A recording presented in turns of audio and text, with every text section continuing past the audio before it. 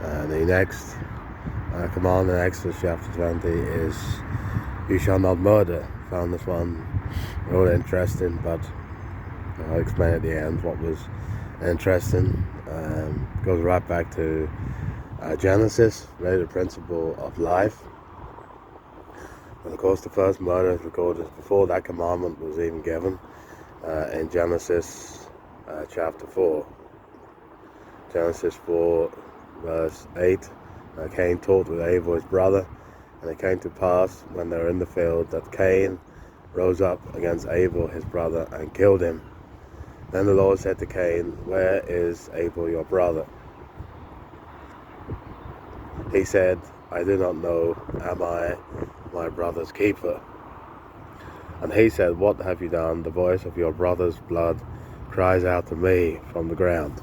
Of course, there were consequences for Cain in Genesis chapter 4. So even from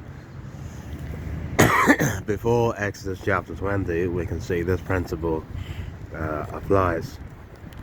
Of course, we know that eventually God had to destroy the world by the flood.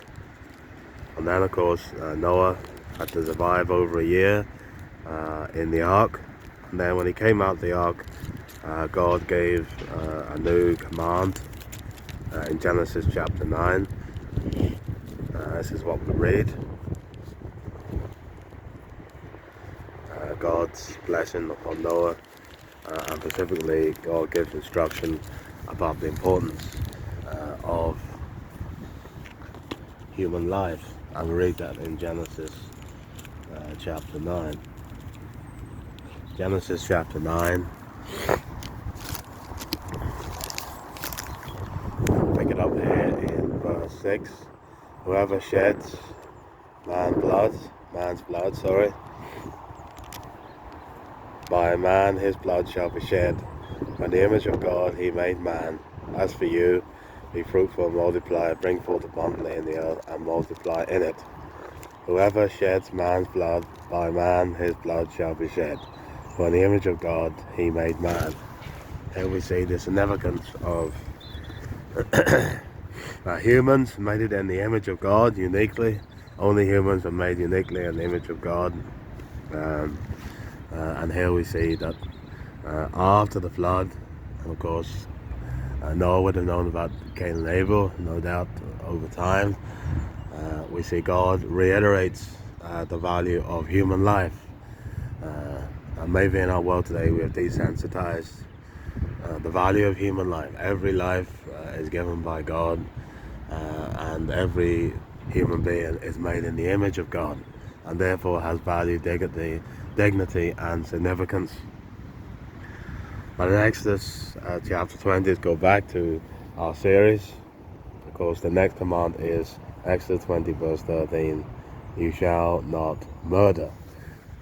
And of course, we can look at this at so many different angles. We can think of the controversial topic of abortion, and so many other issues that it drives into. But the basic value of the Ten Commandments was to value every human life. And unfortunately, human history has shown us, and even throughout the Bible, it has been demonstrated that this commandment has been broken so many times. But the significance of it is that God values every life that has been taken. And in some cases, like babies, children who are unable to understand God's word and the gospel, God, no doubt in his mercy, is able to bring them to heaven. But part of our brokenness and sinfulness, and the fact that we break this command, is the fact that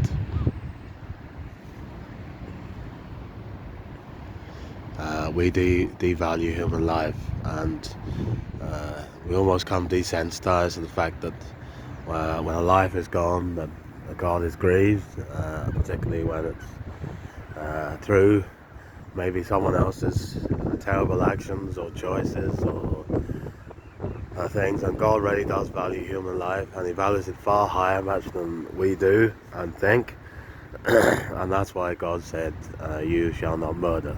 But the interesting thing that I found about it was that Moses had murdered somebody. You remember Moses killed the Egyptian because of his treatment of his fellow Hebrew.